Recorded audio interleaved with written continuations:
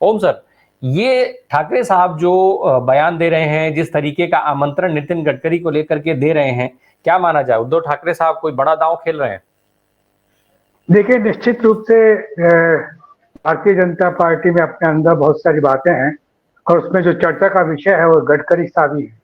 नरेंद्र मोदी से जो भी नाराज होता है वो नितिन गडकरी की ओर आंख उठा के देखता है कि अब तो आप आ जाइए मैदान में ताकि सब कुछ गड़बड़ जो हो रही है ठीक हो। लेकिन नितिन गडकरी को इस तरीके से सोचना और सियासत में इस तरीके के आमंत्रण देने से वो बात तो नहीं होने वाली, क्योंकि नितिन गडकरी हैं वो आरएसएस के संघ के जांचे हुए परखे हुए एक व्यक्ति हैं और पूरी तरीके से जब तक संघ खफा नहीं होगा नरेंद्र मोदी से, तब तक उनसे ये अपेक्षा करना कि वो उनको कि जितवा देंगे, आप हमारे पास आ जाइए, आपको अच्छा मंत्री बनाएंगे, अच्छा विभाग देंगे, ऐसी सब लालच उनको नहीं। क्योंकि मैंने नितिन गडकरी को राजस्थान के संदर्भ में खूब देखा है। नितिन गडकरी के कहने से ही राजस्थान में जो विवाद हुआ था राजनाथ सिंह जी के रहते हुए, और जब नितिन गडकरी आए तो उसका हल निकला। विवाद ये था कि वसुंधरा राजे प्रतिपक्ष के पद से इस्तीफा नहीं दे रही थी और बीजेपी चाहती थी कि वो मतलब संगठन चाहता था कि वो इस्तीफा दे दें, उन्होंने इनकार कर दिया। लेकिन गडकरी जैसे ही बनते हैं वो आके चर्चा करते हैं, चर्चा करने के साथ में ही उन्होंने अपना त्याग पत्र दे दिया। तो मुझे लगता है कि संवाद करने में जो महारत नितिन गडकरी को हासिल है वो महारत भारतीय जनता पार्टी में बहुत कम लोगों को ऑनेस्टी के साथ में, मैं इसको इन्वर्टेड में कर दीजिए, ऑनेस्टी के साथ में, ईमानदारी के साथ में जो बात करते हैं और अपनी विचारधारा पे चाहे हम ना इत्तेफाकी रखते हो लेकिन अपनी विचारधारा पे पूरी तरह से अडिग रहते हैं। तो जो लक्ष्य संघ का है, जो लक्ष्य भारतीय जनता पार्टी का है, उससे तो विचलित होंगे नहीं वो। लेकिन ये जो वर्तमान सरकार की कार्यप्रणाली से नाराज हो सकते हैं। उन्होंने अपने विभाग से जिस तरीके से काम किए हैं और जो उन पे आरोप लगा था कि वो जो सड़कें बनी है उसके अंदर किस तरीके से वो कुछ छाटगाट कर बैठे हैं, लेकिन उन्होंने हिसाब किताब समझा दिया कि आप जब सड़क बनाते हैं तो आप एक रोड की सारे सब कुछ करते हैं, लेकिन उसमें अंडरग्राउंड भी कुछ होता है, ओवरग्राउंड भी कुछ होता है और वो सब कुछ बदल जाता है। तो जितनी लागत आती है उस लागत में फर्क पड़ जाता है। तो इस तरह की बातें नितिन गडकरी करते रहे हैं आज। लेकिन नितिन गडकरी है खफा, इसमें कोई शक नहीं, लेकिन उनके चेहरे से इसका एहसास नहीं होता, उनकी बातों से भी नहीं होता। और जो कुछ बात वो कहना चाहते हैं वो भी साफ साफ कह देते हैं। किसानों के हाल जो है उनके बारे में कतई सहमत नहीं है वो भारत सरकार से, यानी अपनी सरकार से या नरेंद्र मोदी की सरकार से लेकिन उसको हल्के से किस तरीके से कहा जाना चाहिए और सदाशयता बनी रहे, और वो सारी तकरीर करने की जो उनके तरीके हैं वो बड़े शानदार है जी। ओम सर, भले ही विवेक सर ये बात कह रहे हो, शशि सर भी ये बात कह रहे हो कि टिकट काटना उनका आसान नहीं है। बहुत लंबा समय नहीं बीता सर, संसदीय बोर्ड से बाहर कर दिए गए थे, चुनाव समिति से बाहर कर दिए गए थे। बड़ा उस समय भी इस चीज को लेकर के कुछ चर्चाएं हुई थी, हालांकि मुद्दा बहुत दूर तक नहीं गया था, क्योंकि तब शायद उद्धव ठाकरे जैसे किसी बड़े नेता ने इस तरीके का बयान नहीं दिया था। लेकिन अब जब पहली सूची में नाम नहीं आया, भाई प्रधानमंत्री नरेंद्र मोदी को भाजपा ये मानती है कि वो बनारस की सीट से कई लाख वोटों से जीतेंगे, इसलिए उनका नाम पहली सूची में है। और जिन नामों पर वो बहुत मजबूत थे, कॉन्फिडेंट थे, वैसे नाम उन्होंने पहले पहले जारी किए, और ताकि उस पर कंट्रोवर्सी भी ना हो। क्या नागपुर पर अब वो कॉन्फिडेंट नहीं रह गए हैं? ये सवाल तो विवेक देश पांडे और शशि सर से भी पूछा जा सकता है। लेकिन क्या नितिन गडकरी पर वो कॉन्फिडेंट नहीं रह गए कि नितिन गडकरी भाजपा को जीतने के बाद भाजपा में क्या करेंगे, या प्रधानमंत्री का सपोर्ट करेंगे कि नहीं करेंगे? इस तरीके का सवाल क्या उठने लग गया है? क्योंकि भाई संसदीय समिति से और चुनाव समिति से आप बाहर कर सकते हैं, तो टिकट क्यों नहीं काट सकते हैं? देखिए, जब ये सारा सिलसिला चला था तभी कहा जा रहा था कि कितने लोग गडकरी जी के साथ में है इन सारी समितियों से बात करते वक्त। तो पता लगा था कि 182 सांसद ऐसे हैं जो मुखर होकर के और गडकरी के बारे में संघ के सामने बोलते रहे हैं, और वही सब सूचनाएं देने के लिए नागपुर को वही सूचना देते हैं।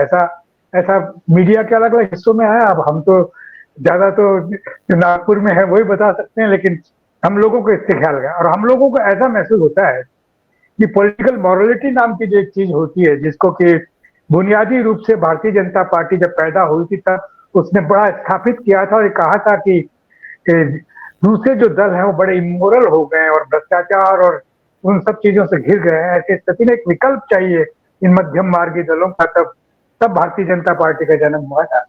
और इसीलिए लोगों की एक आस्था पैदा होती।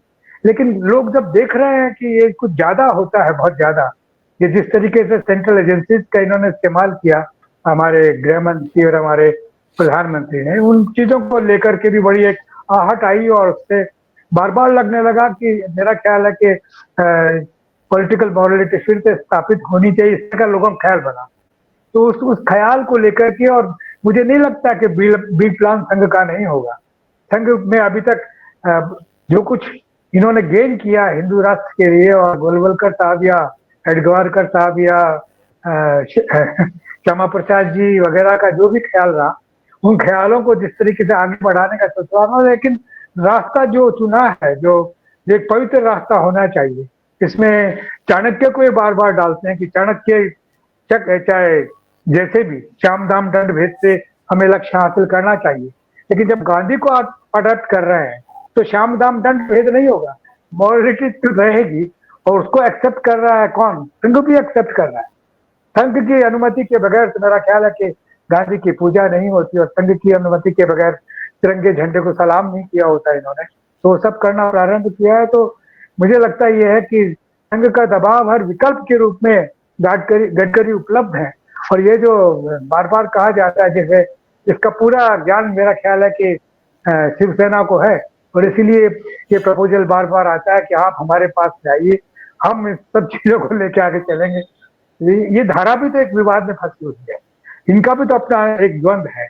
उस द्वंद्व में कौन वास्तव में हिंदू राष्ट्र की स्थापना के लिए ठीक से काम कर रहा है, कौन सबको मिलाकर के चलने की बात कर रहा है, कौन अलग करके चलने की बात कर रहा है। तो इसमें मुझे लगता है कि गडकरी हमेशा उपलब्ध रहेंगे, और गडकरी बी प्लान के लीडर है, इसमें कोई शक नहीं, मुझे ऐसा लगता है जी।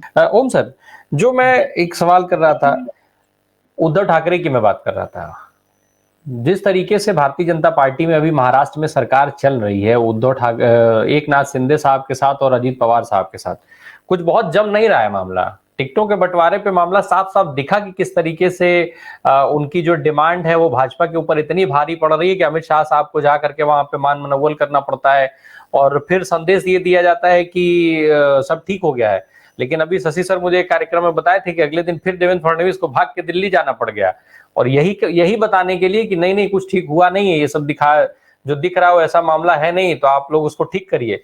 तो जब सर मामला जब नहीं रहा है, तो कहीं ऐसा तो नहीं कि उद्धव ठाकरे साहब का सीधा संदेश ये हो कि भाई जब हम गडकरी साहब को मंत्री बनाने का आश्वासन दे सकते हैं, तो आप लोग तो अपने घर वापसी करिए, कहाँ पड़े हुए हैं, वहां पे सीटें मिलेंगी नहीं, चुनाव आप लोग लड़ेंगे भी तो जीत नहीं पाएंगे। तो कहीं एक संदेश ये भी तो नहीं देने की कोशिश हो रही है उद्धव ठाकरे साहब की तरफ से? देखिए, मुझे लगता है कि हम लोग कुछ ज्यादा ही सोच रहे हैं कि ऐसा होगा, लेकिन संघ का अपना स्वरूप है, इसमें कोई शक नहीं। और संघ एक कंजर्वेटिव, तो उस तरीके से चीजें, वर्ण व्यवस्था में भी उसकी आस्था है, जातियों में भी उसकी आस्था है, जिनको कि वो अब जाकर के बड़ा अलग तरीके से बोलने लगे हैं, लेकिन पहले तो बिल्कुल बिल्कुल ही था। तो ऐसी स्थिति में वो क्यों दूषित करेंगे? और साथ साथ में ये जो मैं कह रहा हूँ कि गांधी को जो अडॉप्ट किया है सहमति के साथ में बीजेपी और आरएसएस ने दोनों ने मिलकर जो अडॉप्ट किया, तो उसमें इतना ज्यादा मिलावट तो होने की संभावना नहीं है। लेकिन ये तय है कि ये जो गडकरी जी को छेड़ने का सिलसिला है, और ये जो उद्धव ठाकरे का खेल रहे हैं, ये एक ढाई घर की चाल है कि बिल्कुल आपका बादशाह मेरे निशाने पे, और मैं इसको ऐसा कर डालूंगा। ये एक चिंता का विषय पैदा करने के लिए बहुत बेहतरीन जुमला है, जो जिस जुमले की राजनीति उद्धव ठाकरे नहीं करते, वो तो सिर्फ हमारे प्रधानमंत्री की ही चाह का सिलसिला है, वही करते हैं जुमले की राजनीति। तो ऐसी स्थिति में ये जो चाल है, इस चाल से आतंकित तो हो गए, इसमें कोई शक नहीं। देश पांडे जी चले गए, लेकिन मैं कहता कि आतंकित तो हो गए, और पुष्टि करते इस बात की कि हाँ आतंकित हो रहे हैं। और बार बार जाकर के फडणवीस वाला सिलसिला बताया कि जाके कहा कि ठीक नहीं हुआ, ऐसा है। तो महाराष्ट्र में सब कुछ ठीक नहीं है। महाराष्ट्र में तो उद्धव ठाकरे की अपनी हैसियत बनती जा रही है, जो अपने के साथ में जो कुछ सिलसिला बन रहा है, तो ये मान लेना कि अब ऐसा कुछ हो जाएगा। लेकिन वो सियासी बातें तो कर रहे हैं, लेकिन उसका असर भारतीय जनता पार्टी में एक डर पैदा करना है, और उसमें मेरा ख्याल है कि वो सक्सेसफुल हो रहे हैं। जी ओम सर, बस चलते चलते एक अंतिम टिप्पणी आपसे। सर, जो बात अभी हो रही थी या हम लोग ये सारी चीजें देखते हैं चुनाव को लेकर के, जो तिकड़म अभी जिसका जिक्र शशि सर कर रहे थे, हरियाणा की जो घटना थी, क्या आपको लगता है कि वो घटना एनडीए के जो घटक दल हैं उनके लिहाज से अगर हम देखें तो इस सारे तिकड़मों पर भारी पड़ जाएगी? और ये जो रार है सीटों को लेकर के, जो मारामारी मची हुई है जिसकी वजह से बिहार और महाराष्ट्र जैसे महत्वपूर्ण राज्यों में सीट अनाउंस नहीं कर पा रहे हैं, यूपी में सीट अनाउंस नहीं कर पा रहे हैं पूरी, तो वो और बढ़ेगी या फिर कैसे देखते हैं उसको? प्रकाश जी, मुझे लगता ये है कि जिस तरीके का इनका बिहेवियर रहा है, ये मतलब जितना विश्वास से देते रहे हैं, जैसे जेजेपी को देखिए आप, उनको तो 100% विश्वास था कि जो कुछ हम कह रहे हैं हमारे लिए तो, क्योंकि हम इनके साथ में रहे हमेशा और उसी तरीके से उनकी एक्सपेक्टेशन थी। जितनी सफाई के साथ में और जितना कड़क करके नड्डा ने कहा कि नहीं हम एक सीट भी नहीं देंगे, तो उन्होंने कहा कि हम आपके बाहर हो जाइए। उन्होंने पहले से सारा प्लान किया हुआ है, पहले से तो वो इतनी तिकड़मी है, इसका इम्पैक्ट आप पूरे हिंदी बेल्ट के जाट में देखेंगे। इसका ये जो हरियाणा में जो कुछ हुआ है, इसका पूरा असर आपको पूरे जाट बेल्ट में दिखेगा, राजस्थान में भी दिखेगा और यूपी में भी दिखेगा और हरियाणा में तो खैर दिखेगा ही। और उसमें चीजें बदल जाएंगी, बहुत अलग हो जाएंगी कि ये विश्वसनीय नहीं है। ये मैसेज जाएगा बहुत तेजी के साथ, जैसे किसान प्रदर्शनों का गया था उसी तरीके से। तो ऐसे में ये अपने अपने आंख से खेल रहे हैं, इनको बहुत नासमझी, मतलब मेरा ख्याल है कि अमित शाह साहब और प्रधानमंत्री नरेंद्र मोदी कुछ ज्यादा ही विक्रम के रास्ते पे निकल रहे हैं, जिसको लोग पहचान रहे हैं, और वो उतनी आसानी से बचेगा नहीं, खासतौर से इन खेतिहर जातियों में जो किसानी करते हैं और जिनके बीच में सारा सिलसिला वो एक बार समझ में आ गया कि आपने ये किया। और ये जो जेजेपी है, ये प्रचार करने में बड़ी बिल्कुल संघ की तरीके से है। वो जाटों में जैसे प्रचार करेंगे, अब हम तो मरे सनम लेकिन तुम्हें भी ले मरेंगे वाला सिलसिला होगा। और वो बिल्कुल, मुझे वो पूरी बातें याद आ रही है, एक जमाने में जब जाटों को अपना दबदबा वाला सिलसिला बन रहा था, तो इन्होंने यहाँ तक कह दिया था कि जाट की बेटी जाट का वोट जाट के लिए। ये और पूरे भारत में ये सारा सिलसिला चला। चरण सिंह भी उसके उत्पाद रहे, देवीलाल भी उसके उत्पाद रहे, उधर हमारे राजस्थान में कुमाराम चौधरी उसके उत्पाद रहे। तो ये चीजें इन्होंने बहुत गलत खेल खेल लिया बीजेपी के साथ में, जिस तरीके से किया है।